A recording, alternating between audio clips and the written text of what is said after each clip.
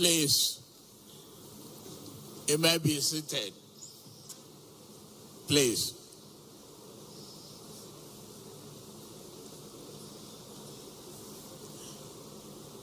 Great public servants,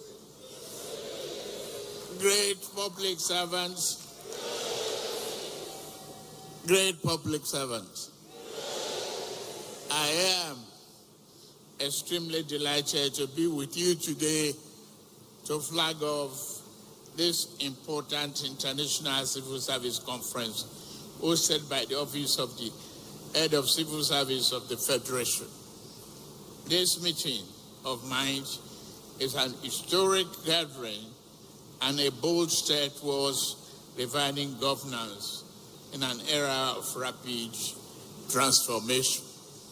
Thank you all for being here. I know the Senate President is represented by Senator Cyril Fasui, Chairman, Senate Committee of Establishment and Public Service, members of National Assembly, honorable ministers, Mrs. Didi Esther Walson-Jack, Head of Service of the Federation. Thank you for hard work and everything you've put together to make together. Head of Service of various states, former Head of Service of the Federation. No matter how and where the political history of any nation stands, it will always transit from one solid reservoir of knowledge to the other. And the civil service structure is there as the fountain of knowledge and reservoir to bring the future together for a country such as ours. The maiden conference today with the theme Rejuvenate, Innovate, and Accelerate is timely, apt, and compelling. It captures our collective ambition to reimagine and reposition the civil service. In today's rapid evolving world of technology, innovation remains critical in ensuring that the civil service is dynamic, digital, ethical, and globally competitive institution. An innovative civil service ensures that we meet today's needs and overcome tomorrow's challenges. Civil servants, here you are. You are not just the backbone of effective administration across borders, but you are the essence of it all.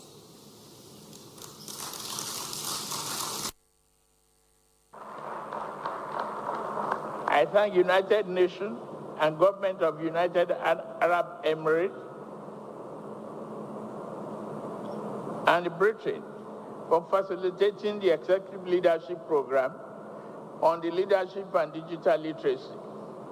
Your initiative have strengthened our senior official strategic capacity and inspired us to aim higher. We look forward to deepening our global partnership and forging a shared vision that lifts every nation through mutual respect, pooled innovation, and collective wisdom. I commend the head of the service of the Federation, Didi Esther Walson-Jack.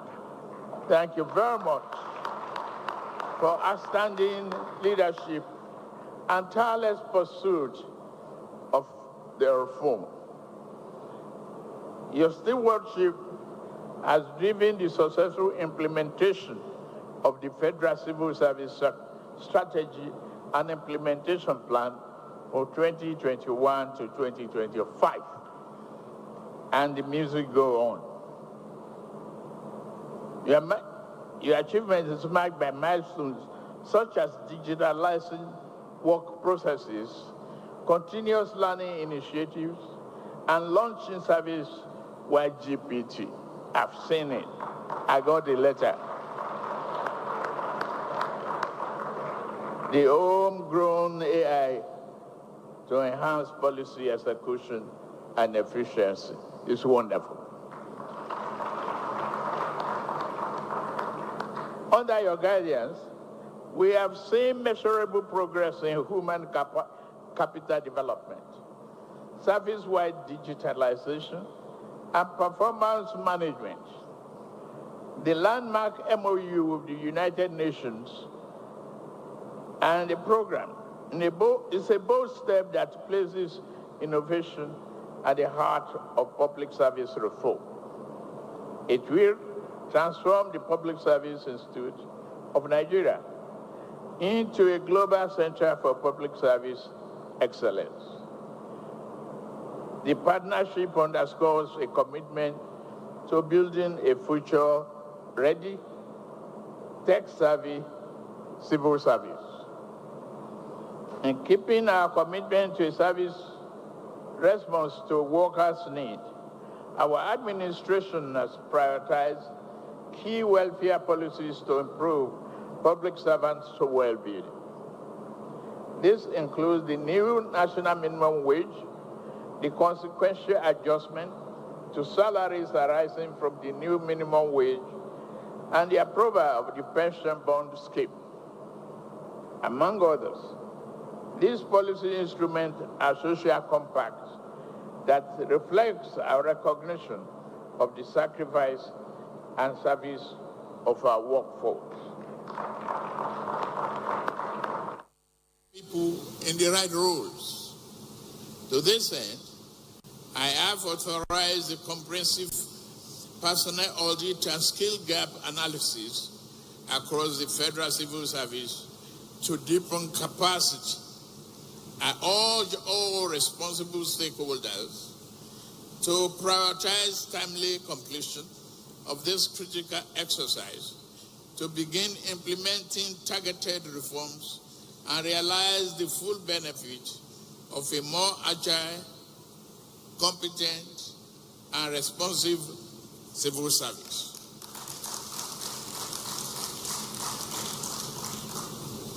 Accurate, secure, and sovereign data is the lifeblood of every reform we pursue.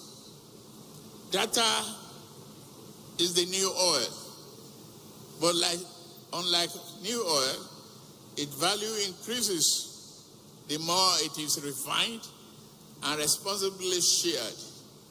I therefore direct all ministries, extra-ministerial departments, and agencies to capture information rigorously, safeguard it under Nigerian Data Protection Act of 2023,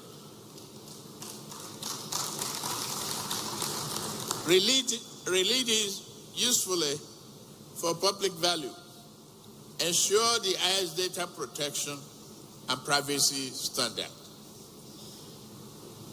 We must let our data speak for us. We must publish verified data assets within Nigeria and share them internationally recognized repositories.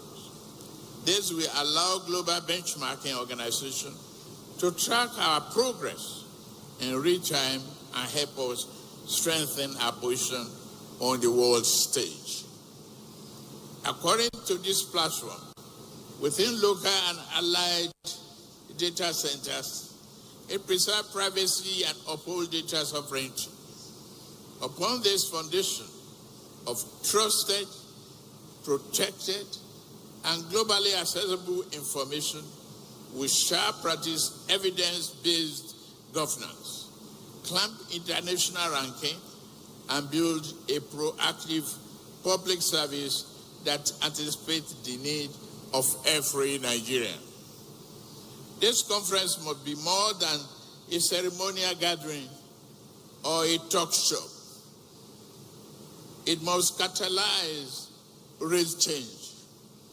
I charge all public service leaders and stakeholders to return to their institutions with renewed determination. 2, infuse our system with energy and purpose. Embrace innovation as a duty and accelerate implementation of policy and services that improve the lives of all Nigerians. The time to act is now.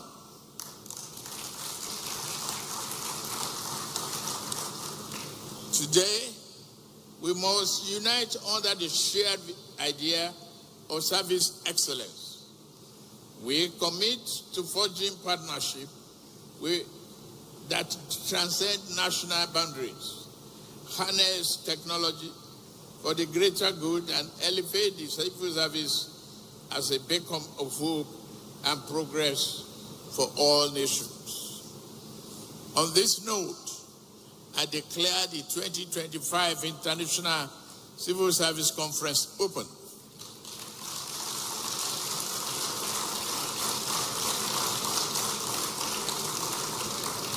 I wish you fruitful deliberations and outcomes that translate into real action and success of our country. Thank you, and may God bless the Federal Republic of Nigeria. Thank you.